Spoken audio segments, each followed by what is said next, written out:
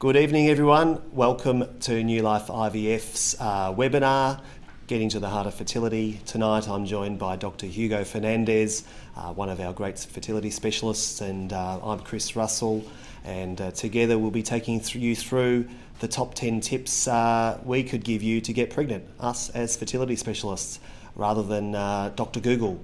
Not that there's anything wrong with Dr. Google, but it's good to get your information from a reliable source. Without any more jabbering on by me, let's get into the tips. So the first thing we talk about when thinking about getting pregnant is to make sure you ovulate. So to get pregnant, the requirements are reasonably straightforward, although at the same time incredibly complicated. But the main requirements are to have eggs, to have sperm, to have uterus, and have good fallopian tubes. So our first tip is to make sure that you ovulate. And I guess the question you might then ask is, how do you know if you ovulate? One way is to look at your cycle length. And generally women who have a cycle length between 25 and 35 days are generally ovulating. So you can be quite confident of that. The other way to look at it is to see if your cycle is regular. Does it pretty much come at the same time each month? If it does, that supports the fact that you're ovulating as well. You can also look for physical signs, and by that I mean you might get signs of ovulation. You might get some pain in your pelvis at the same time each month, usually about 2 weeks before your period comes, and that might indicate you're ovulating. You also might notice that there's changes to your cervical mucus. So you might notice that your mucus becomes a little bit clearer, a little bit stringier, and that indicates that ovulation is about to occur in the coming days. So there are physical signs. You can also use tracking apps, which they're a dime a dozen these days, and you can get them on your phone, and you can plug in the time of your period, and it will predict, based on what it's seen from your cycle over the previous months, it'll predict on the day on your cycle in which you're ovulating. The way that it does that is fairly straightforward. It sort of averages your usual cycle, figures out what the cycle length usually is, and subtracts 14 days. So generally you ovulate about 14 days before your period comes. So that's how the cycle tracking app works. There's also temperature charting, so you can take your temperature at the same time each day, and what you might notice is that before you ovulate, the temperature levels you get are fairly even, and then at the time of ovulation they just jump up by a fraction of a degree. And if you've got a really accurate thermometer, that can detect that as well. The other way, if there's uncertainty based on all these things, you can always have tests. And if you see doctors who do assessments of whether you ovulate, what they will do is either do a blood test, usually halfway between the time that you ovulate and when your period is due, so about a week after ovulation or a week before your period, sometimes called the day 21 test, although it's not done on day 21 for everyone. But that's a good time to do a blood test, and will show whether your progesterone hormone has risen to an adequate level, and if it has, that confirms ovulation. Ultrasounds can sometimes be helpful too, because when you have an ultrasound in a good ultrasound clinic, they'll take a good look at your ovaries, and they can see some signs that either ovulation is about to happen or that ovulation has already taken place. So the ultrasound can be useful as well. The other crucial element in thinking about ovulation is thinking about your egg numbers. And I'm sure everyone's aware that with age, our egg numbers do reduce. So it becomes incredibly important that not only do you ovulate, but that you've got a good supply of eggs, because we don't want you to have just one chance of getting pregnant this month. We want you to have next month and the month after that and the month after that. And that's possible if you've got good ovarian reserve.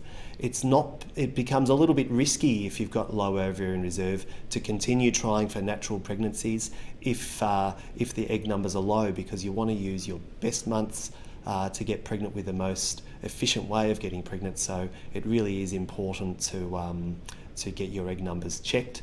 And unfortunately, there's no way really that we can assess your egg numbers or give you tips on how to do that.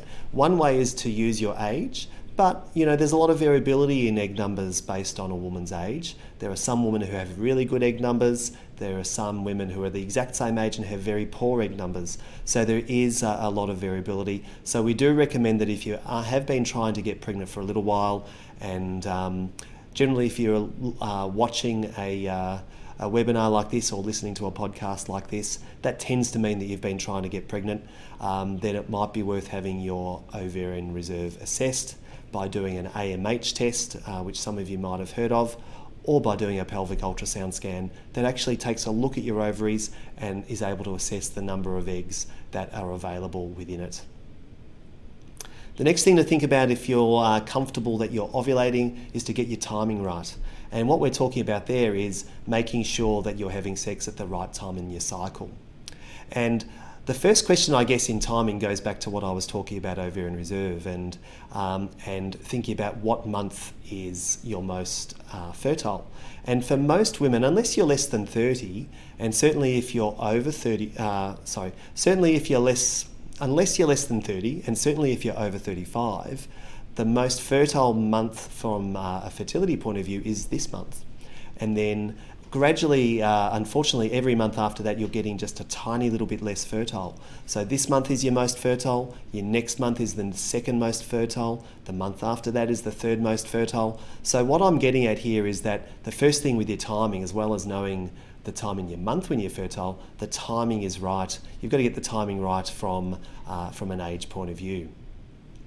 And this little graph that's up on the screen now shows your chance of getting pregnant on a day of your cycle. But I just want to draw your attention firstly to the differences between the two lines on the graph. The top line, which goes up much higher, and by higher meaning a higher chance of getting pregnant, that's in a woman who is younger.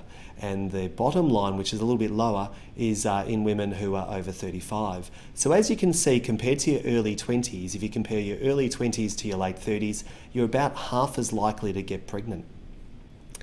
Moving on to the timing in your cycle, what this graph also shows is your probability of getting pregnant if you have sex on a particular day in your cycle relative to ovulation. So I'll come back to what that means in a minute.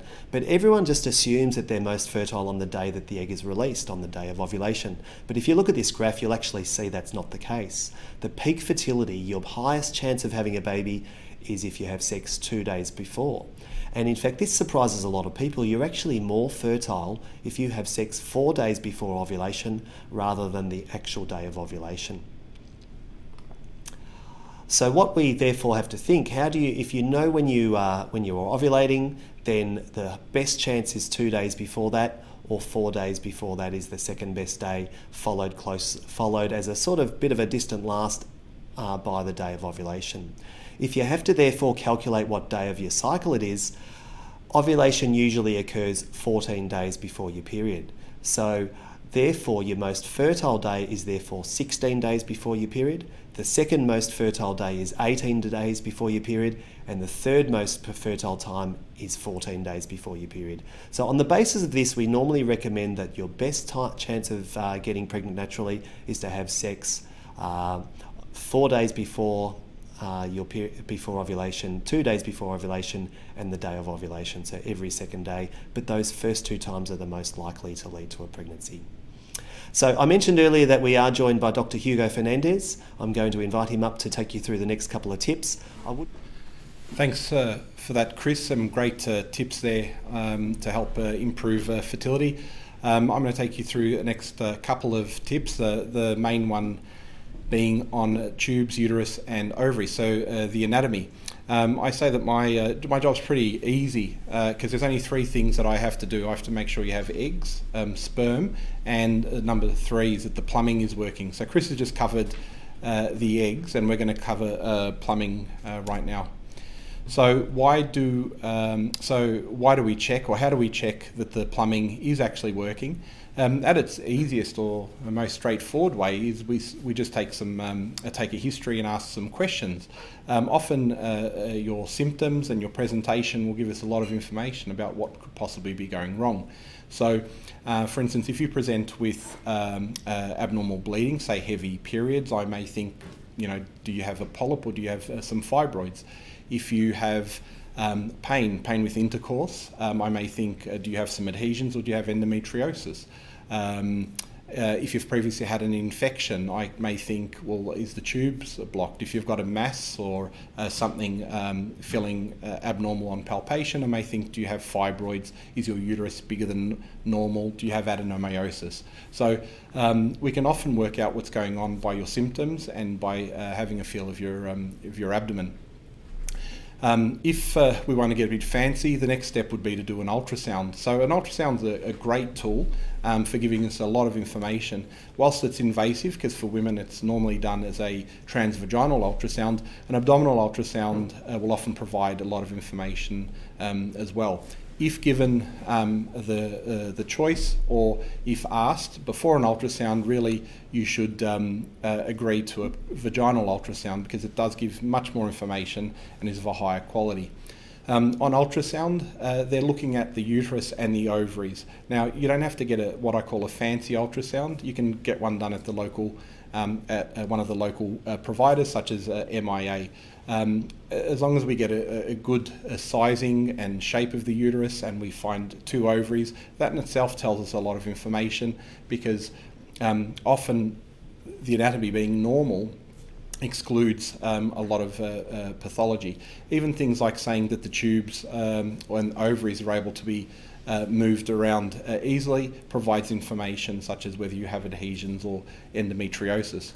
If we suspect that maybe there is something wrong, or we want further information, I often send my patients off for a fancy scan, which just means it gets done by a gynecologist specially trained in scanning. And essentially, they're just like me, but they just choose to scan all day.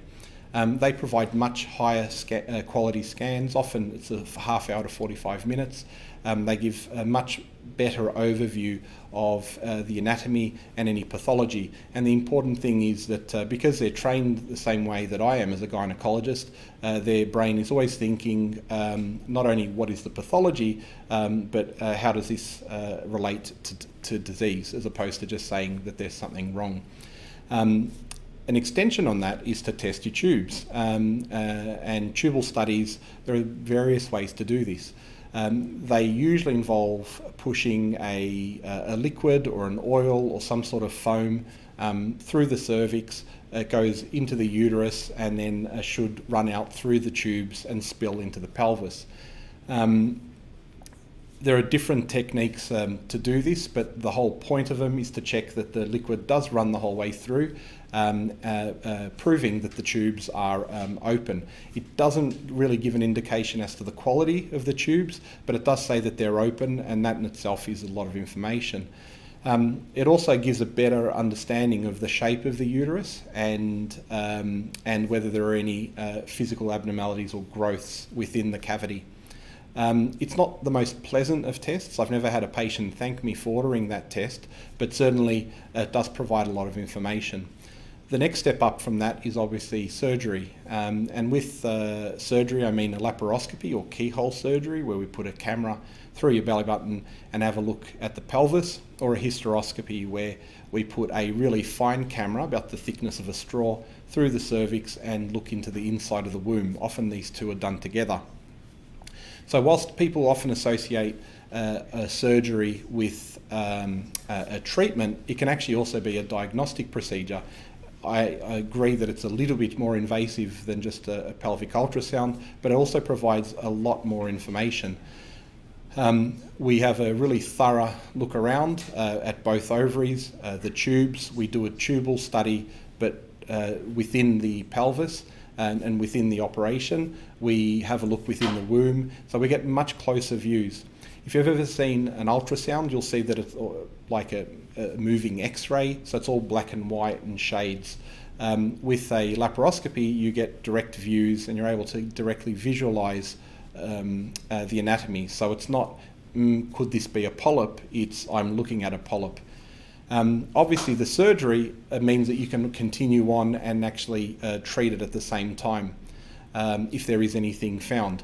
That said, even a diagnostic laparoscopy, where we have a look around and we find absolutely nothing wrong with you, is of benefit. It's a benefit, one, because it's a big tick to say, look, there's actually nothing wrong, and we certainly don't need to surgically fix you. This is going to be a hormonal problem, or something that can be managed through IVF. But number two, if we don't find, even in patients where we find nothing wrong, the actual process of undertaking a curette, doing a flush, flushing out the uterus and flushing out the tubes, which often have mucus and other gunk in them, just that process of doing the the procedure often lifts the chances of natural fertility for the next couple of months. So what do we want? Well, we don't want a uterus or plumbing that looks like this. We want a uterus that looks like this. What we don't want is one that looks like this. So this is endometriosis with an endometrioma on that ovary. And endometriosis is an inflammatory condition where some of the lining has ended up in the pelvis, and it causes infertility through inflammation and by the ability to distort anatomy. We don't want ovarian cysts. So there's many different types of ovarian cysts, and they cause grief in various ways, but really over time, as they get bigger, they have a tendency to cause pain. They can cause the anatomy to twist, and they can twist the ovaries, leading to lower egg count, and also almost to the point of killing the ovary, and it may need to be removed. There's a type of ovarian cyst associated with endometriosis called an endometrioma. They affect fertility because as they grow, they not only have the risk of causing the ovary to twist, but they're actually destroying ovarian tissue. And as we know, ovaries are made up of eggs. So as it grows, it actually is destroying ovarian tissue, destroying eggs, and lowering your chances of success. A hydrosalpinx is a fancy name that we give for a swollen blocked tube. In this case, it means that it's blocked and has been filled with water or the liquid that your body secretes. It's usually a sign that there's been some sort of inflammation. Can sometimes occur because of endometriosis or a previous infection, and essentially it just means that the tube has been blocked and the liquid has been building up and can't escape. The reason that this is not good, it means obviously that the tube is blocked, which is bad for the passage of an egg and sperm. But the second reason is that the liquid that's in a hydrosalpinx, whilst it's a normal liquid that your body produces, if it stays there, it becomes stagnant, for want of a better term. And that liquid is actually going to decrease your chances of fertility. And in fact, in IVF, it halves the chance of the embryo taking by just being there. So in IVF, if we detect one of these before putting an embryo back, we will either clip the tube or remove the tube because it will have a negative effect on our outcomes. Fibroids are benign growths that can occur in the walls of the uterus. They're really common and they're usually quite small, like the size of a pea. They become an issue when they start to push into the uterine cavity. When they do that, they distort the lining and make it harder for an embryo to implant. As they become bigger, to the size of oranges, or even larger to the size of, say, a cantaloupe or something, they have other issues by being a competition with any pregnancy for space within your pelvis. These can be managed surgically and are usually benign. Importantly, you should get onto them earlier rather than later. The later and larger they are, the harder they are to manage, and the more trauma will cause to the uterus in operating. A polyp, so something as simple as a polyp, which is just a little skin tag really of the lining, can affect implantation. If you get pregnant naturally and you're known to have a polyp, that's not really an issue. You're pregnant and that's fantastic. However, if you have a known polyp, we wouldn't want to transfer an embryo knowing that, because we want the uterus to be as pristine as possible. So what can be done? As I alluded to earlier, laparoscopy or hysteroscopy, so one form of surgery or the other. All of these are sort of anatomical problems that really don't do very well with medication or tablets. They really do need surgical intervention. So tip number 4, as I said, my job's pretty easy. We need plumbing. Chris has already gone into eggs, so we're going to go on to sperm. They're the 3 things that my job involves. So why do we check the sperm? And main reason is because it takes 2 to tango. Sperm and eggs are the 2 things that create embryos, obviously. Why else we do it is because it's a pretty simple test. A guy can produce a sample at home, or some facilities, such as our own lab, have rooms where a guy can produce in private.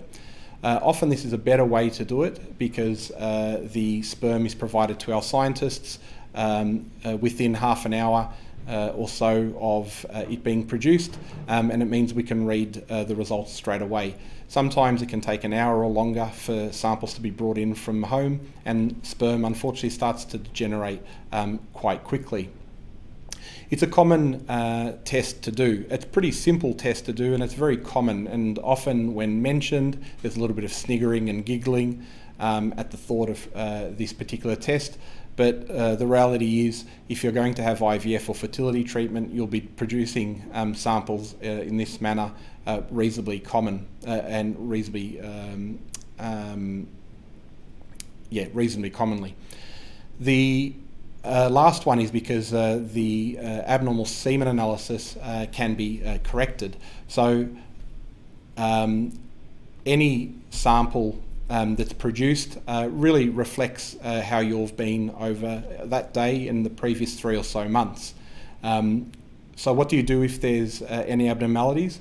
You repeat it, and the reason is that it reflects you over the last 3 or so months. You may have been unwell, you may have been sick, you may have been had COVID, you may have been vaccinated.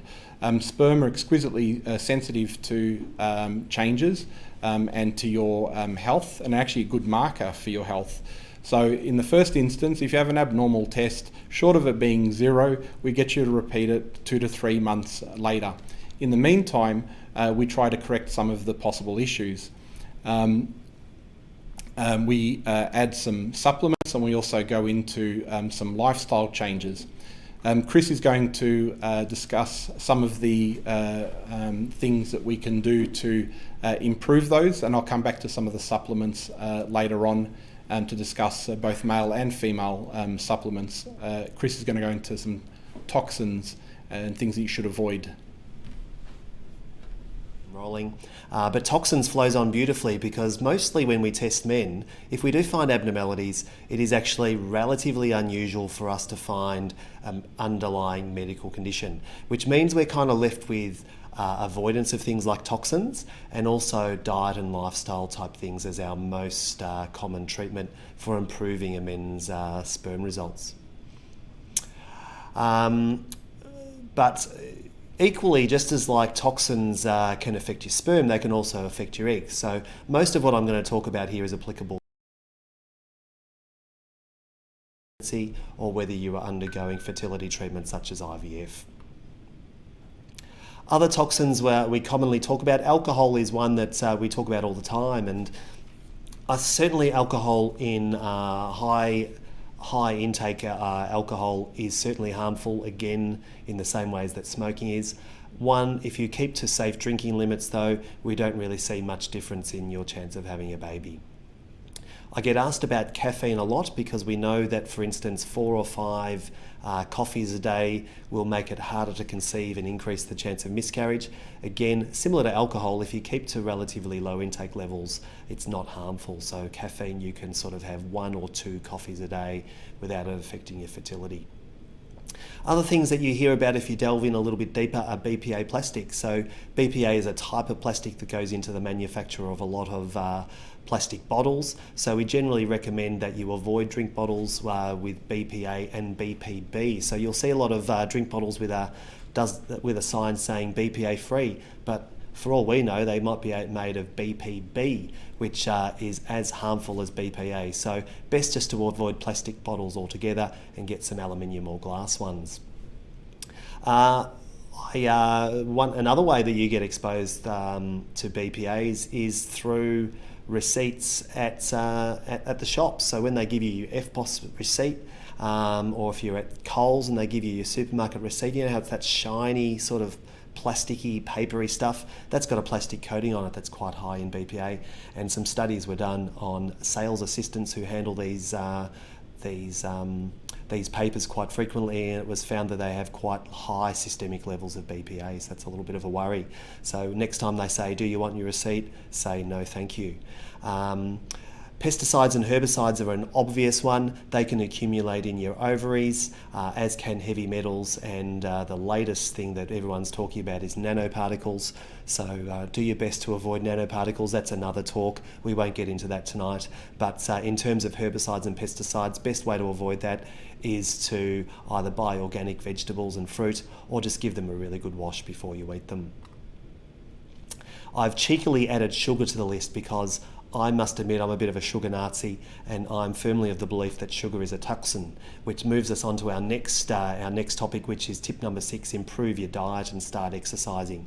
And similarly to stopping smoking, if you look at body mass index in women and how that correlates with their chance of getting pregnant, we see much higher pregnancy rates in women who have a BMI in the healthy range. So if you have a look at this chart, it shows that a woman's chance to get pregnant in a year might be 90%. So this is obviously a young, fit, healthy population, 90% chance in a year.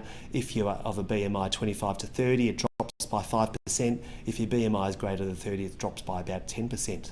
So therefore you can get good increases in pregnancy rates by getting yourself into that healthy weight range. Similarly for men, we see good fertility rates when they're in the normal weight range of 20 to 25. Interestingly, men have the biggest drop off by being underweight, and that's usually because if men are underweight, their sperm production drops.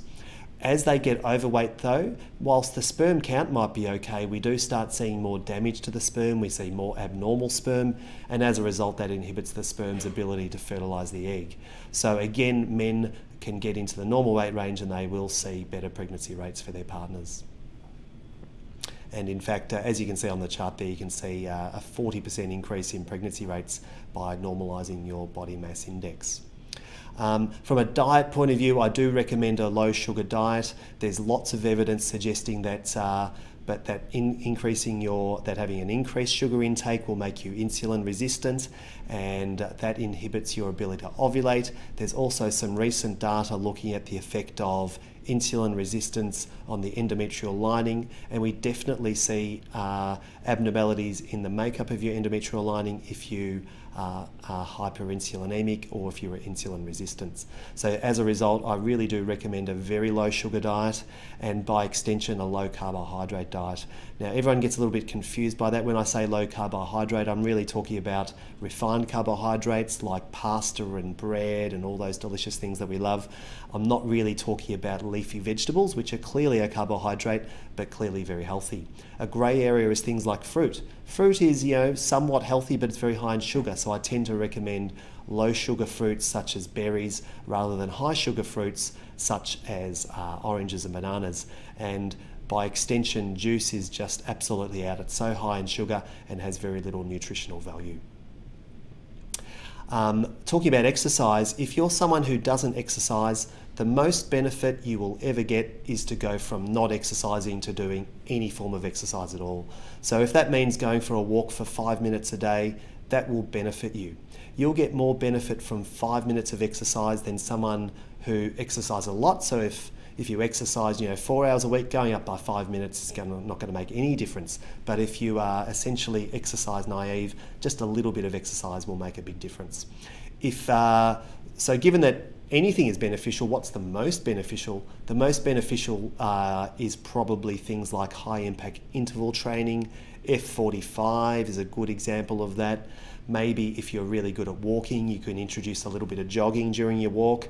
I don't suggest that you go for a 45-minute jog, for instance. That's a relatively inefficient way to exercise. But if you spend your 45 minutes walking, then jogging for a minute, then resting by walking, then jogging for a minute, by doing that really high intensity up and down, that's where you get your most benefit, as well as with weight training. Now, weight training doesn't have to be going to the gym. It can be doing squats, it can be doing push-ups, it can be doing planks and things like that. Things that you can do easily around the home. You don't have to go anywhere, and you don't have to waste your time driving to the gym. You don't have to waste your money on a gym membership to do those things. So now we're off to talk to my good friend Hugo again, and he's going to talk. We've had some questions about supplements already, so they'll be covered in this next little segment.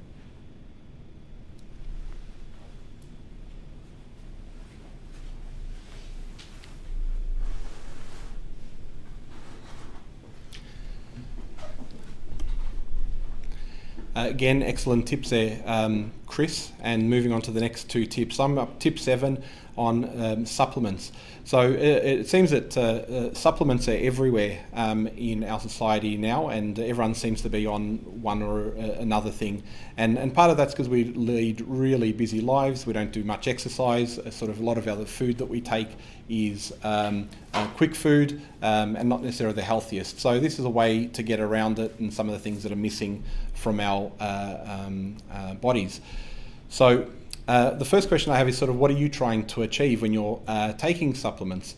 And often patients will come in and they'll be on different supplements because they read it somewhere on a blog or Facebook, or a friend said that they should take something. And it's important to differentiate between prenatal and fertility supplements. So a prenatal supplement is something that you take, similar to a daily multivitamin, that you take to replace what your body needs as a background, but to some of the minerals and vitamins that your body needs in order to assist the growth of a baby. And a prenatal supplement is something that women should be on for about 2 to 3 months before they intend to get pregnant, and they should continue throughout the length of pregnancy. Quite often, people don't start a prenatal supplement until the second or third month of their pregnancy because they will either not trying to get pregnant, or they don't know that they're pregnant until then. Ideally, you would start that before trying to get pregnant. A fertility supplement is something you take to help with fertility. It's often similar chemicals and vitamins or products that are in an antenatal product, but they're being taken for different reasons. So sperm and eggs are cells, just like any other cell in the body. It needs various vitamins and minerals to assist with growth. Some of these vitamins and minerals are associated with hormones as well, which are required for the fertility pathway. So we know that if you're low in some of these, they can affect reproduction and fertility. So you take a fertility supplement to help get pregnant. Once you're pregnant, you can stay on an antenatal supplement.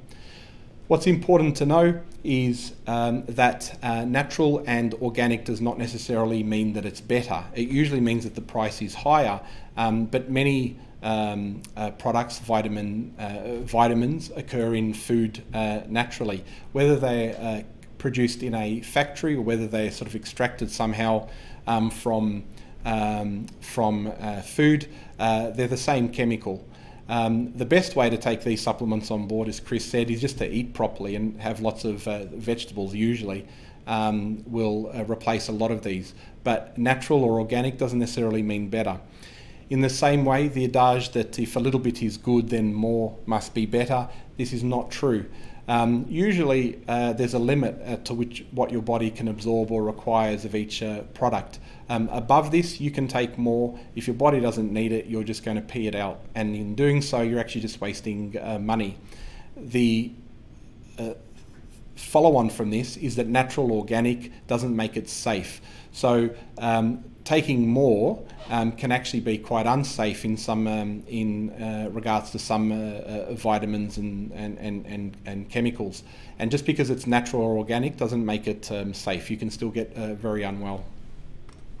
So if we move on just onto prenatal supplements, here are a couple of the common products. If you go online and do a search for these, there's thousands. In fact, you can almost be a specialist just in supplements.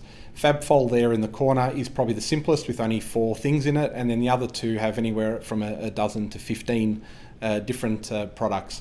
But those 4 products are probably the most common and the most important. Folic acid being important for spinal cord development, vitamin D for bone development, iodine for thyroid and neural development, and iron obviously we know is a part of hemoglobin. Women often have low iron because they have periods. They're often washed out, and if you're washed out and tired, imagine being pregnant and washed out. So they're the 4 or so supplements that you should look for in an antenatal product. Fertility wise, there's a whole list. These first four are what we call antioxidants. So the role of an antioxidant is to mop up these things called free radicals, that are molecules that float around in our bodies and can attack cells and DNA, causing breakdown. So coenzyme Q10, found in mitochondria. Melatonin is one of the chemicals in our brains that help us fall asleep. All very sort of common products and can be bought over the counter, actually, just at from a pharmacy in the supplements section. Any of these are really, really good at improving fertility, and they all sort of work in a very similar way. These other products work in different areas. Vitamin D, for instance, is important for bone development, but as a fertility supplement, it's also been shown to improve egg and sperm quality. Zinc is often associated with sperm development. Inositol is a product that's often used by women with PCOS and has been shown to help reduce insulin resistance, which is one of the main issues of PCOS, and can actually help people start to ovulate more regularly. And DHEA or androgen are more commonly, I suppose, called the male hormone, although women do have these in their body as well. And these have been associated with better and higher quality eggs and sperm. Of these products, the ones that have just gone bold, so coenzyme Q10, vitamin C, vitamin E and vitamin D are probably the most important. Why? Well, they're pretty easy to get your hands on. Most chemists, as I said, will have these. They're pretty cheap. They can be taken as a supplement, or you can absorb a lot of these just through eating properly. The ones with the little male next to them are the ones that are probably best for guys to take to help with sperm quality. So my normal advice to guys is, or to both, is to jump on some coenzyme Q10, so 600 milligrams each, and then if you just take a normal multivitamin, you should be able to get some C, E and zinc. Tip number 8, see a fertility specialist. So when do you see a fertility specialist? Well, you obviously see one when there's an obvious problem. The most obvious problem is if you have an irregular cycle. If, as Chris alluded, if your cycle is irregular, it usually means that you're either not ovulating or you're ovulating at the wrong time, and so it's really hard to get pregnant if you don't know when the sperm's meant to meet the egg. If there are any other problems, such as the ones that I mentioned on ultrasound, such as masses or growths or abnormal bleeding, they're all the reasons that you should see a fertility specialist. The next one is it's age-based. So if you're finding it hard to get pregnant and you're getting older, the chances are that the success is going to fall over time. So the older you are, the more likely you should get in to see a specialist sooner rather than later, so that we can maximise your chances. And then the last one is really to ask yourself, how big a family do you want to have? If it's hard to have one child, it's going to be harder to have 2 or 3. And just sort of by way of information, you have about an 80% chance of having one child if you start from about 37 years old onwards. But if you want to have an 80% chance of having 2 children, you need to have started by about 34, and if you want to have an 80% chance of having 3 children, you really need to start trying to conceive from about age 30. So thinking about the family that you want, how long it takes to have a child, that the fact that you will have a child, you then need to raise a baby, and a lot of people don't want to start until at least 6 months to 12 months after having that child. So you're going to have to spread out having children over a few years, and all along your fertility is falling. So what do fertility specialists do? Well, we give you a personalised assessment. This is all we do every day. So rather than general information, we take history from both male and female and sort of zone in on the reasons why usually both people are contributing to the lack of fertility. With that, we can then personalise your plan. We personalise it by establishing the different factors in your age and giving you an estimate of the chances of getting pregnant either naturally or through IVF. And I often give my patients a number of this is your chances of having a natural pregnancy. If we do IVF, these are your chances. If you do get pregnant, this is your chances of a miscarriage. And then the last one, here's your chances of having a genetic abnormality. All information that helps you make decisions. A fertility specialist will also have access to a laboratory, either to do testing. So I know I often send guys for a semen analysis at my own lab because I know it's really high quality and it can feed into the IVF treatment with the information that we gain. But the second one is fertility specialists will usually have access to IVF treatments, which unless you have a dedicated lab that is high quality where you can interact with the staff and the scientists to really work together, it will make any fertility treatment harder to achieve. So speaking of fertility treatment, I think we're going to go into tip 9 and 10, which are IUI and IVF. So Chris?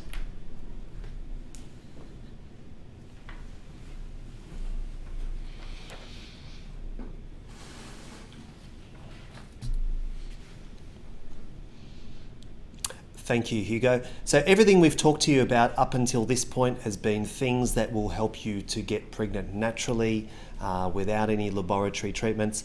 Of course, all of those things will feed into increased success rates if you do need fertility treatments such as IUI or IVF. So all very good information regardless of what stage you're up to in your fertility journey. IUI. So IUI is a process where we get sperm from the male partner or from a donor, and we prepare that sperm in the laboratory. And what we do when we prepare the sperm is we get rid of all the rubbish that's in semen, all the white cells, all the crap, and we just get highly concentrated sperm that is swimming in the right direction. So all the immotile sperm is filtered out as well. And then we get that very small, tiny volume, a tiny little droplet of highly concentrated sperm, and we pass that sperm through your cervix and into your uterus. And this must be done in conjunction with some sort of testing to figure out when you're ovulating. We don't just put it in there any day of the week. We've already gone over tonight when the most fertile times are, so we take that into account when we're timing our IUI procedures. Now, just going back a step, I didn't even mention, we've just called it IUI, but IUI stands for intrauterine insemination.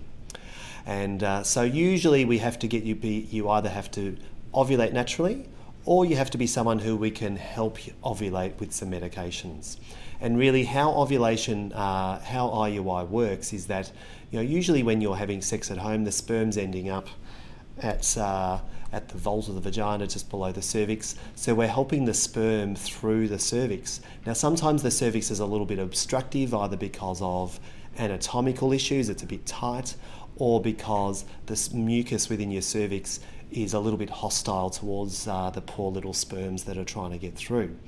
So if we introduce the sperm into your uterus, we're getting them just a little bit closer to the egg so that the egg can be fertilized naturally, and then a natural pregnancy occurs and it moves into your uterus, and then the rest, as they say, is history.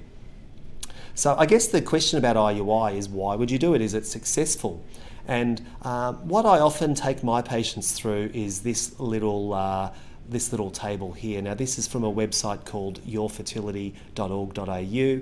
It's put together by VARTA, which is the Victorian Assisted Reproductive Treatment Authority. It's a bit of a mouthful, and so it's an independent body that oversees reproductive treatment in Victoria. And what you can do is, if you've been trying for a pregnancy for 12 months or longer, you can plug your little variables into this little calculator. And for the benefits of an example, I've said that the patient in this circumstance is 38 years old, that she's been trying for a baby for 12 months. Her partner has had a sperm test, and his motility, so the number of sperm swimming, is 50%, and I've said that she's never gotten pregnant before. Now this also assumes that she ovulates, and it assumes that she's got fallopian tubes, both of which are open and not blocked, and the sperm test is otherwise completely normal. So normal concentration, normal, and it decent number of normal appearing sperm. And then when you input those variables, you get chance of getting pregnant with various treatments. And if you look at the bottom of the sheet, it's showing that if you continue without any treatment, your chance of getting pregnant over the next 12 months, if you were this woman, is 23%. So if you sort of crudely divide 23 into 12, that means your chance of getting pregnant is about 2% per month, which is rather low, you'd all agree. It also tells us that after 12 months, 23% chance you will be pregnant, 77% chance you won't be. It's pretty underwhelming statistics. So therefore, what you might consider as we are now is IUI. So how good is IUI? Now, IUI will offer this same woman a 31% chance of pregnancy. So fairly similar to 23%, a slight increase, but what you've got to remember is these IUI figures are based on 6 months of IUI, whereas the natural pregnancy rates of 23 were based on 12 months of trying. So you get slightly higher pregnancy rates in 6 months with IUI than what you will get in 12 months of trying naturally. It's always imperative to compare these pregnancy rates to IVF as well. And yourfertility.org has done some calculations and suggested that this woman would get pregnant, her chance of getting pregnant would be 46% if she had 2 embryo transfers. So again, the pregnancy rates are considerably higher for IVF compared to IUI, plus you've got to remember that that treatment takes place over 2 months instead of 6. So that's a really important thing to consider. So as a result, you'd have to conclude from this that IUI is more successful at getting you pregnant than trying naturally, although less successful than IVF, which of course is tip number 10. Now, talking about IVF is a whole talk in of itself, and if you are subscribers to our YouTube channel, last year we recorded a webinar where we went through the process of IVF in quite a lot of detail. We've talked about genetic testing in detail, we've talked about recurrent IVF failure in detail, so this is going to be the 2-minute version talking about the IVF process. We've also got an update to the IVF just to bring it up to date for 2022 in a couple of months as part of our webinar series. So IVF in essence is where we get a woman to produce lots of eggs all at once, and we do that by giving her a combination of injections that make the eggs that exist within her ovary mature. And during that time that she's taking the injections, the time period is around about 10 to 12 days of injections. During that time we do blood tests and ultrasounds to see how it's tracking, and then we plan to do an operation called an egg collection, which is the picture that's up on the screen at the moment. And what it's showing you is that for an egg collection to take place, we normally have the woman asleep in our operating theatre, we do an internal ultrasound, and we pass a very fine needle through the top of her vagina and into her ovary. And using that very fine needle, we can very safely retrieve the eggs that we have grown in the preceding 10 days. We've grown them by having her on some injections. We're able to retrieve those eggs and get them out of her ovaries. As Hugo very rightly identified, it takes 2 to tango, so we then need some sperm. And there's a couple of ways of putting the sperm with the egg, but the basic way is what we call conventional IVF. And in that situation, we pour a droplet of sperm. You probably don't pour a droplet, do you? But you place a droplet of sperm together with the egg. And if you have a look at this picture here, you can see a nice beautiful egg there, and it's surrounded by the egg shell, which is a collection of cells that nourish and protect the egg. And you can see some tiny little sperm that if this was a video, you'd see them swimming around. And what those sperm are trying to do is trying to break their way through the eggshell. Hugo's laughing at me. They're trying to break their way through the eggshell and get into the egg and fertilise it. So the eggs get fertilised outside of your body in the laboratory. We then have to grow the fertilised eggs for 5 days. Now, if we collect 10 eggs from a woman, for instance, firstly, they don't all fertilise. Secondly, they don't all grow normally. But the ones that are able to grow for 5 days in our embryo scope are good quality embryos that have a good chance of getting you pregnant. And what we do is pick, on the 5th day after egg collection, we pick one good looking embryo and we place that into your uterus. And the way we do that, it's very straightforward. You're awake for this procedure.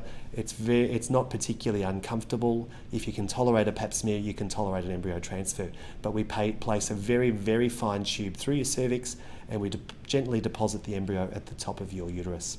And then about 10 days after that, you do a pregnancy test to see if it's worked. So from first injection to pregnancy test is all done in about 4 weeks. So it's quite a quick procedure as well. We always hope when we do IVF that as well as having the embryo that we transfer into uterus, that we have additional embryos left over that can be frozen, and they can be frozen to be used later. And when I say later, that could be if that embryo that goes in initially does not get you pregnant, the next month we thaw out the next one for you. Or if you do get pregnant and have a baby, we might have a couple of embryos in storage so that when you want to have another baby, we don't have to go through all this IVF again. We can just thaw out your embryo and put it in your uterus at the precise right time, and you might be able to have another baby using those original embryos. So that is IVF in 5 minutes, and I'm sure anyone who hasn't been through IVF has lots of questions, and I would direct you to our previous webinars about that. And it's interesting because when IVF started, it was a bit of a Hail Mary, it was a bit of a prayer, and that was back in the 80s, and pregnancies were very rare. But now there's almost not a single person who wouldn't have improved pregnancy rates by doing IVF. So what I mean by that is if you compare pregnancy rates trying naturally versus IVF at almost any age, IVF is superior. The question though is, do you need IVF? And of course, we're not advocating that if you're 30 years old and you're just starting out to try, that you come in and do IVF because it works quicker. It's probably not the right thing to do. It's probably better to try naturally for a period of time. But I guess the difficult question for most people, once they've been trying to get pregnant for a little while, is when to do IVF. And that is a really difficult question to answer. And that's where I take patients back to that original little calculator that I was showing you at yourfertility.org.au, is that if you consider the chance of getting pregnant over a period of time naturally versus other treatments such as IUI versus IVF, you can only make a personalised decision based on your personal situation. So I can't tonight tell you who needs to have IVF and who doesn't. That's a very personalised thing. And again, going back to Hugo, what was Hugo was saying about seeing a fertility specialist, what you should be expecting from your fertility specialist is a personalised, tailored plan. They shouldn't be doing for you what they do for everyone else. It really should be specific to your situation. The other question is, where should you do IVF? And of course, I'm biased. I'm from Newlife IVF, so of course I'm going to say that you should be doing it with us. But rather than do that, I'll just take you through some of the things you should be really looking at in choosing an IVF provider. And the biggest one, I think, which I'm going to go into a little bit of detail, is are they up to date? And it might surprise you that some of the most expensive providers in Melbourne are still using relatively old technology to provide their treatment. And so I'll come back and talk about that a little bit more. Attention to detail is really important. If you get a sense that a fertility specialist is glossing over things, is not explaining things well, it generally that's something you really want to avoid. But also in the laboratory, it couldn't be more important. And when we set up our laboratory at Newlife IVF, it's only been up for about 2 years. And the amount of detail that went into the planning, right down to the colour of the lights. So we don't have normal lights in the lab. We filter out all the blue light spectrum because we know that damages sperm and eggs and embryos. So little things like that, that's what I mean when I say attention to detail. Unfortunately, it's really difficult as a patient to try and get through that, but these are some of the things you need to consider. The involvement of your specialist is really important. Again, you want to make sure that your procedures are being performed by really well-trained, high-volume specialists. So if you're having an embryo transfer for someone who's not a fertility specialist, or someone who does 1 or 2 embryo transfers a month because they're not particularly high volume, we know that leads to lower pregnancy rates. Really important is cost, because expensive does not necessarily mean better. And when we sort of when we put Newlife IVF together, we weren't aiming to be cheap, we weren't aiming to be expensive. All we did was design the best laboratory we could possibly design and have the best fertility specialists, the best nurses we could get, the best embryologists, and that's how we did it. And then we looked at what pricing we could offer that to patients. And so I think the number of treatment cycles you're able to get through is very cost determinant. One of the things that's really important when assessing IVF fees, though, is to understand the inclusions. And that's where I'm sort of coming back to, are the are the laboratories up to date? Because when we designed the lab, we just said, what is best practice? We'll put it in. And if there's some sort of laboratory treatment or some sort of equipment that leads to better pregnancy rates across the board for everyone, it is included as standard treatment by us. And the best example I can give you of that is the use of an embryoscope. And an embryoscope is a machine where once we've got your sperm and the eggs together in the laboratory, we then put your fertilised eggs or your embryos into our embryoscope, and that's where they stay for 5 days. And the important thing about that is that your embryos are kept at the perfect temperature, they are kept at the perfect concentration of oxygen, the perfect concentration of carbon dioxide. We know that variables, if you take an embryo out of an embryoscope or out of its incubator, the temperature of that embryo drops, and that really does affect the embryo. So if you're able to keep it inside, that's obviously the ideal scenario. We're able to keep the embryo inside the embryoscope because it's got microscopes built inside it. So we can assess the embryo very, very effectively without having to move it. By contrast, what a lot of laboratories use is old-fashioned incubators such as this, and this is called a mink incubator. And the embryos go into this little dish, you close the lid, and when you want to look at it under a microscope, you open the lid up, you expose the embryo to temperature changes, you expose it to oxygen, which is toxic to embryos, and you expose it to a lack of carbon dioxide, which is also detrimental. So these embryos are taken out of the incubator, the scientist will walk across the room to their microscope, pop it under the microscope, look at it for a minute or two, expose it to all those nasties in the atmosphere, and then they'll walk back and put it back in the embryo, in the incubator. So all of these things are avoided by using an embryoscope. And going back to cost, one of the things we said was that we would always offer best practice to everyone. A lot of companies don't have embryoscopes, but if they do, they generally charge you a lot more to use them. This is a little chart that shows your chance of pregnancy if you use a closed culture system, such as an embryoscope, versus an open culture system, such as a mink incubator. And you can see there is a very significant increase in the chance of you getting pregnant with an embryo transfer, 37% versus 44.9. So that's a dramatic increase just by changing your practice and using the best culture techniques possible. So this brings me to talking about what are the success rates at Newlife IVF, and it's a really common question. And success rates are a very important measuring stick for how your IVF laboratory and how your fertility specialist and team of specialists are performing. And this is our pregnancy rates from the year up to, I think it was 2019. So inevitably with pregnancy rates from IVF, they do trail a little bit, because what we have to do is wait and see if the babies are born before we can know if our treatment's been successful. And all pregnancy rates with IVF are very much age dependent. It's much easier to get pregnant with IVF, or naturally if you are younger compared to if you are older.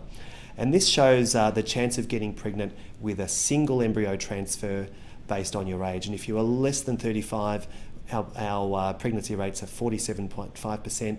If you're 35 to 37, they're just a tick under 40. If you're 38 to 40, they're just a touch over 38. And once you're over 41, this includes women up to 45, but not past their 46th birthday. We get pregnancy rates of 23.6%. When we change that to live birth rate, you do see a slight drop off, and that's because some people unfortunately miscarry in early pregnancy and have losses. So our live birth rates are a little bit lower than our implantation rate or our positive pregnancy test rate. And you can see that at 35, about 40% live birth rate, about 33% for 35 to 37, 27 for 38 to 40s, and just under 14% for women over 41. So that brings us, we are just completely out of tips. We've got nothing more to add, but of course you have sent through lots of great questions, and we'll start running through those. I'm going to take a few first, and then I'll hand over to Hugo. We've got lots of great questions, which shows we've got a very engaged audience. The first is, what supplements should I take before an egg collection? And I think Hugo's covered that off really nicely. This one is a bit of bit of someone explaining the situation they're in, and she's told us that she's 39 years old with a low AMH, a small fibroid, and no other known structural issues. So interestingly, you've given us a lot of information that we were just talking about early as being important. Inconsistent cycles, so 29 to 35 day cycles, and not sure about ovulation, trying for a baby for 4 months, no male infertility factor, which I assume means a normal sperm test, and what should I be focused on moving forward to increase chances naturally. So hopefully we've given you a good grounding and on the things that we would recommend throughout the talk. And we have to always say that whenever we are talking about relatively specific questions like this, we have to tell you that we can't really comment on specific, we have to talk quite generally, and the only way you can get a specific answer is to see a fertility specialist and ask your specific questions. However, having said all that, the things I would be thinking about is firstly the fibroid, where is it growing? If it's growing on the outside of your uterus and it's small rather than the inside of the uterus, it's probably not a big deal and I wouldn't be worried too much about that. With the irregular cycles, it does make it a little bit hard to be certain when you are ovulating. So with that in mind, it might be that you should consider some sort of tracking of ovulation, whether that's by blood tests or ultrasounds, or even whether you consider some ovulation induction treatment, such as Clomid or letrozole, to bring the timing and make the timing of ovulation a little bit more consistent. That would be something that would be worth considering. I'm not sure if you've had your fallopian tubes checked. It's probably not imperative after 4 months of trying. However, if you are going to go to some considerable effort to get pregnant, like doing Clomid or letrozole and cycle tracking, it might be prudent to check that your fallopian tubes are open and not blocked prior. And I guess the thing I would say, you've also mentioned you've got frozen eggs. That's fantastic. You're in a really good position if you've got frozen eggs, because you've always got that as something to fall back on. Of course, the success of frozen eggs really does depend on the number that you have frozen and the age you were at which when you were freezing them. But having said all that, it's great to have some frozen eggs. Next question I'm going to take is, after an embryo transfer or finding out I'm pregnant, how important is it to be careful with the amount of exercise that is performed? So traditionally, advice about exercise during pregnancy was really very conservative, and women were encouraged to reduce exercise. They were told to monitor their heart rate, but there's actually no reason that advice should be given. And I've done very thorough literature reviews and assessment of guidelines, and I can't find that advice is grounded in any facts whatsoever. So generally what I encourage my patients to do is that if you're someone who's exercised pre-pregnancy and exercised during your fertility treatment, I highly encourage you to keep going, because it has such significant benefits to your overall health. It has significant benefits for your fertility health and your reproductive health, and it has significant benefits during pregnancy. Now, you were asking about adjustments, and I'll come back to that, but exercise during pregnancy has been proven to reduce complications such as gestational diabetes, such as growth restriction, and really importantly, pelvic pain late in pregnancy is really common, but it's reduced if you keep your exercise up during, because it keeps your muscles strong and your pelvis secure.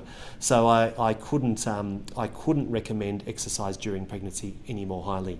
Now, how should you adjust it? Now, if you're someone who's exercised before pregnancy, most women find that they're a little bit tired during the first trimester, and I recommend keep going with what you've been doing, but reduce the intensity or your level of exercise to about 85% of your usual capacity. So whether that's 85% of the time or 85% of the effort, or both, doesn't really matter, but keep going at about 85%. You don't really need to change the type of exercise you're doing. People are often very worried, what if I do weights, is that going to cause problems? Of course not. It's not going to make the embryo or the baby fall out, I can promise you. There are some circumstances where you would need to discuss that with your obstetrician, but as a general rule, that's what I would be saying.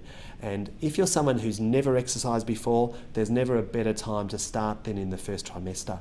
And again, you might remember earlier in the talk I mentioned the most benefit you'll ever get from exercise is going from nothing to doing something. So to change from doing no exercise in pregnancy to doing a little bit of walking, a little bit of yoga, a little bit of Pilates, those types of things can be really, really beneficial. I wouldn't recommend you go from doing nothing to running 10Ks a day. Obviously that's not going to be good for you. Won't affect your pregnancy, but yeah, you'll feel like rubbish the next day. So just gradually introduce your exercise like you would outside of pregnancy. So Hugo's got a few questions that he would now like to take.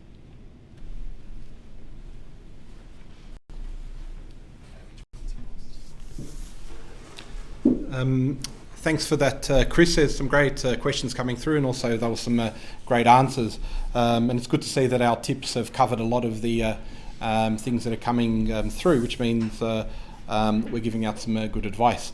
So one of the questions that I've got come in is, so how do I increase my chances of ovulation? What if I'm not ovulating, especially if my periods are irregular? And this person says, I'm worried I might be getting periods without ovulating. So Chris sort of covered this early on with how we can work out whether you're ovulating or not. Essentially for my patients, I just look at their cycle, and if you ask them, and a lot of women have actually been tracking their cycles on apps before they come and see us. So as long as they've we've got a sort of good calendar, even without doing any hormone testing, without looking into anything sort of specific. If you have a nice regular cycle, most cycles are 28 days, but even if it's 32, but it occurs always on 32 plus or minus a day or so, and it occurs at that time every month, then even without doing any blood tests, I can almost guarantee that you're ovulating purely by the fact that your period is so regular. But if you're not ovulating, Chris has gone through some of the tests that we can do, mainly blood tests that we can do to check if you are or not. So she's got here, I may be worried that I'm getting periods without ovulating. So can that be occurring? And I said, and it can. So just because you have a period doesn't mean you are ovulated. In fact, women who have irregular cycles will sort of by definition, the ovaries will produce hormone, and that will make your lining thick. And unless you ovulate, that lining just continues to get thicker and thicker and thicker. And then at some point it can become so thick that it just breaks down and you get a bleed. Now that bleed isn't, I mean, it's a bleed, it's like a period, but it's not a true period. It's not because something hormonal has happened. It's because the lining became so thick that your body wanted to get rid of it. So the only way you know that you've ovulated and that's the period follows is if you do what we call a day 21 progesterone. So you can actually do a blood test in the middle of the second half, hence day 21, although it doesn't need to be day 21, it can be, I normally say sort of 19 to 24. If you do a blood test there, progesterone, and that's elevated, then you've ovulated that month. So if you're concerned that you're not ovulating, Chris has gone through this, but your first would be to undertake things like dietary change or exercise, things that are going to reduce your BMI, things that are going to reduce insulin resistance and get your hormones into a more normal level. Usually by doing that, 5% body weight loss, women will establish a normal cycle. But if that doesn't occur, then we have quite a few ways to help you out. Even without, remember we're not IVF specialists, we're fertility specialists, so even without needing to get into a lab, just through our rooms we can often get you ovulating through tablets. Clomid or letrozole are the two most common. Sometimes metformin, which is a diabetic medication, can be used. All of these trick the body essentially into ovulating, and we can then also tell you when the ideal time to have intercourse. So if you don't think you're ovulating correctly, go see a fertility specialist, and whilst waiting, maybe try to lose some weight. Another question that I've had is, I have focal adenomyosis. What can I do to best enhance my chances of a successful FET? that does not involve downregulation. So some big words in there, and I'll sort of explain all of them. So a FET is a frozen embryo transfer. It's just sort of one of the acronyms that we use, and that just means putting an embryo back. A downregulation is a type of treatment that we use, which essentially means shutting down your hormones or pulling your hormone levels down. And then there's adenomyosis. So adenomyosis is a sort of tricky condition to explain, and it's one that's many people don't know about. Endometriosis is something that people are very familiar with because it's got a lot of publicity in the community, and it's also quite widespread through the community. So in endometriosis, the lining, so the inside of the uterus that grows every month to hold an embryo and then carry a pregnancy, you get a period when that breaks down. In endometriosis, that tissue has made it into the pelvis and embedded into the walls of the pelvis. And because it stays there, it causes inflammation, and that inflammation is not good for eggs and sperm, decreases fertility, causes pain, and scarring, so it twists and distorts the anatomy, and that's why endo's bad for fertility. Adenomyosis is like a sister condition. In adenomyosis, the same thing has happened, but that lining, instead of going into the pelvis, it's actually invaded into the walls of the uterus. And the uterus is just a big muscle. So those same events, the inflammation, the bleeding, the pain, that's all occurring in the muscle of the uterus. And so what we think is that the uterus becomes really inflamed, and you can think that that's probably not the best environment for an embryo to be growing in. Now, there's no big study that proves this, because it's a really hard study to undertake. However, we actually published a good study about 6 months ago looking at this, and there have been quite a few studies showing that patients who have adenomyosis do find it harder to get pregnant. Often they have endo as well, so we're not sure which one is having the negative effect, but adeno does seem by itself to make it harder to get pregnant, and we think it's because of the inflammation. And if you do get pregnant, unfortunately you have a higher miscarriage rate, again we think because of the inflammation. The good news, I suppose, is that even though those pregnancy rates are, we found sort of about 25% lower than normal, if you're able to get pregnant and go past about 10 or so weeks, your pregnancy is no different to anyone else's, and the outcomes are the same. So it's really just getting you pregnant and through those first few weeks.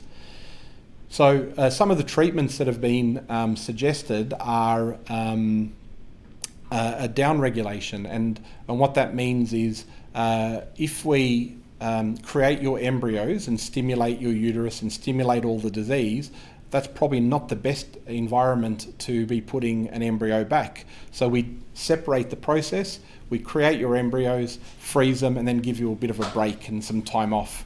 And then we use a thing called downregulation to calm your pelvis down. And a downregulation is either an injection, usually, that's used, or an implant, and it essentially makes you menopausal. It switches off all the hormones in your reproductive tract, and as a result, you don't get a period for the 2 or 3 months that you're on it.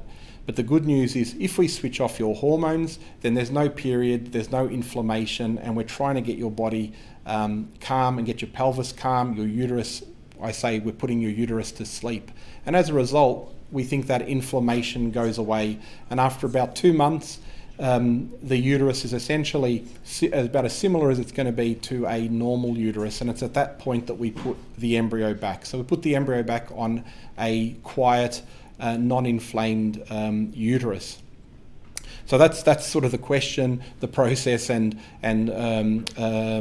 how we get around it.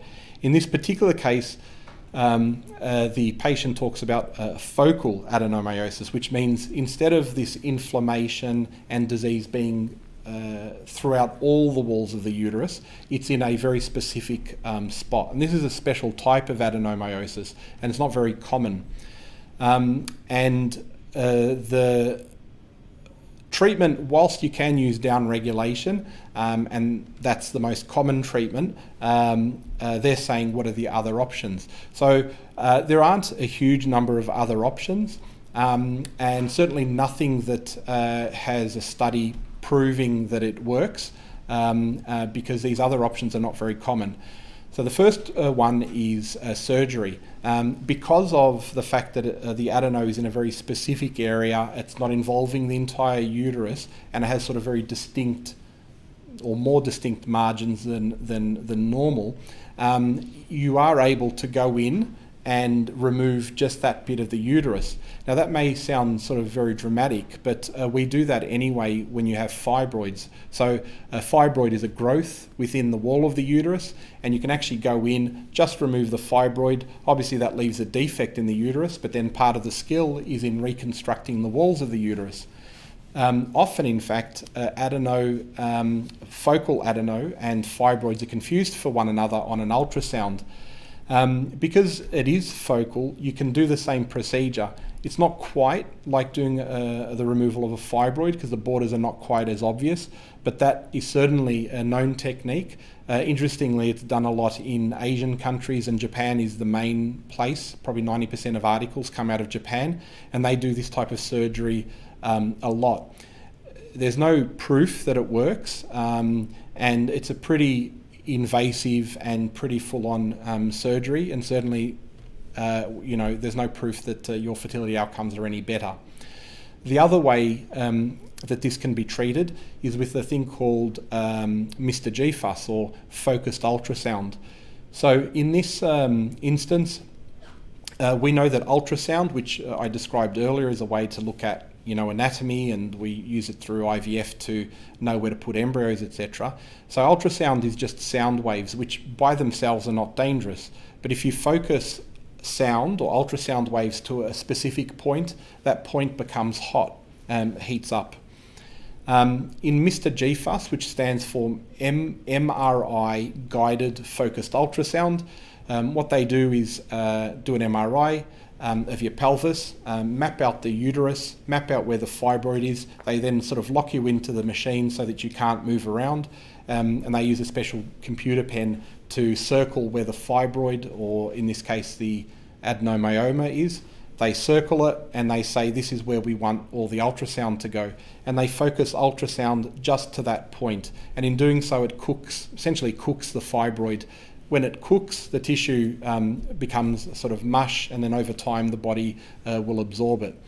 So I spoke to a friend of mine who offers this treatment, and we've discussed this before as a treatment. It does work in the same way that it works for fibroids, but it's got limited scope. Normally it's only for smaller lesions. The lesions have to be pretty accessible, so if they're in the front of the uterus, closer to your abdomen, to your skin, then that's probably going to get a better outcome than one in the back of the uterus, because the sound waves have to travel through your skin, through the uterus, all the way to that lesion. Also, the bigger the lesion is, the more energy that's required, the more time you're going to have to spend in the machine, and the longer it will take to cook, and you may require multiple treatments. It's also not funded by Medicare, so there's a sizable cost. That said, it's not invasive, and there have been pregnancies following this type of treatment. So it's certainly something to keep an eye on, and as a possible non-invasive treatment. But the mainstay, certainly for most adenomyosis, because most adenomyosis is not in one location, the mainstay is still downregulation, and it's actually quite effective. I have one sort of further question. It's a different question, different patient. So this patient asks, it says, could azoospermia without a known cause be fixed or treated? and one of the examples they say, like, such as lifestyle. So the questions are a little bit confusing, so I'll answer the question I think you're sort of asking. So again, some fancy words in here. Azoospermia means no sperm, is essentially the definition. So not even a few sperm, it just means no sperm. There are two main ways that you can have no sperm. So the first way is that there's some sort of blockage. So you're able to produce sperm, but it doesn't come out. And so when we look at a semen sample, we'll have liquid, because that occurs after the testes. We'll have a liquid in there, but there's actually no sperm swimming around. So that's called obstructive, because of an obstruction, and that's often because you've had a vasectomy. That's the most common, but also if you've had an infection, or if in some genetic conditions, patients with cystic fibrosis, for instance, can have this issue. In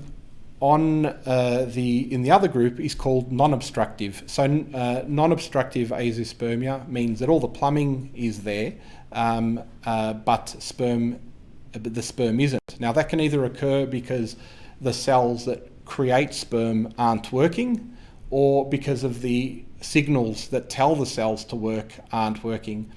It's really important to work out what the cause is, because some are treatable and some are not. So if you have an obstruction, then we may not be able to get around the obstruction, but we can do an operation. It's actually not a big operation, it often just involves a needle, and we can get a sample of sperm from the testes, which we use, and it's a reasonably common procedure and really successful for IVF. And this is, say, one of the treatments available to people who have had a vasectomy.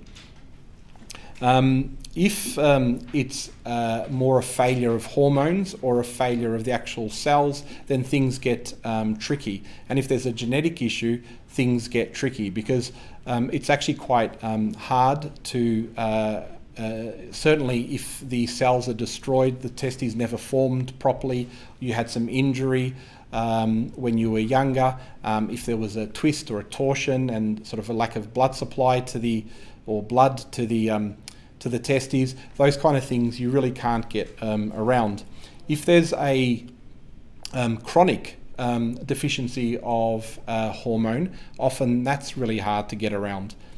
Some things are able to. Some guys who, for instance, who use steroids will often have really may have had normal sperm, may have even had children, but the steroids lead to a shrinking of the testes, the actual ball, and also a significant derangement of the hormones that would push the creation of sperm.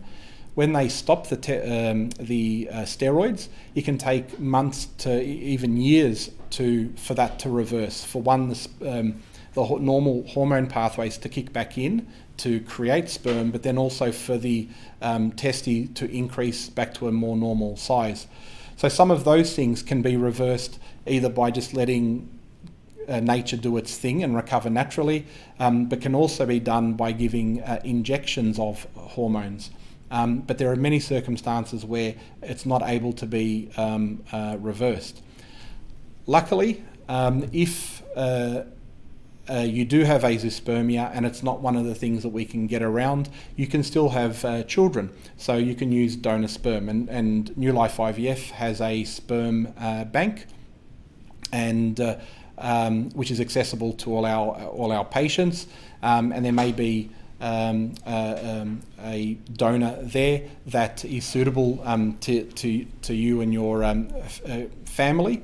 Other options include the use of sperm from friends, or if you want someone to be sort of genetically related to you, you could use your brother or even your father's sperm. So you can still get pregnant, it just may not be your sperm. But underlying all this, it really is important to try to work out what the underlying cause is, or certainly what type of azoospermia you have. So I think I'll get Chris back. I think he's got some questions to follow on with, and keep them coming through.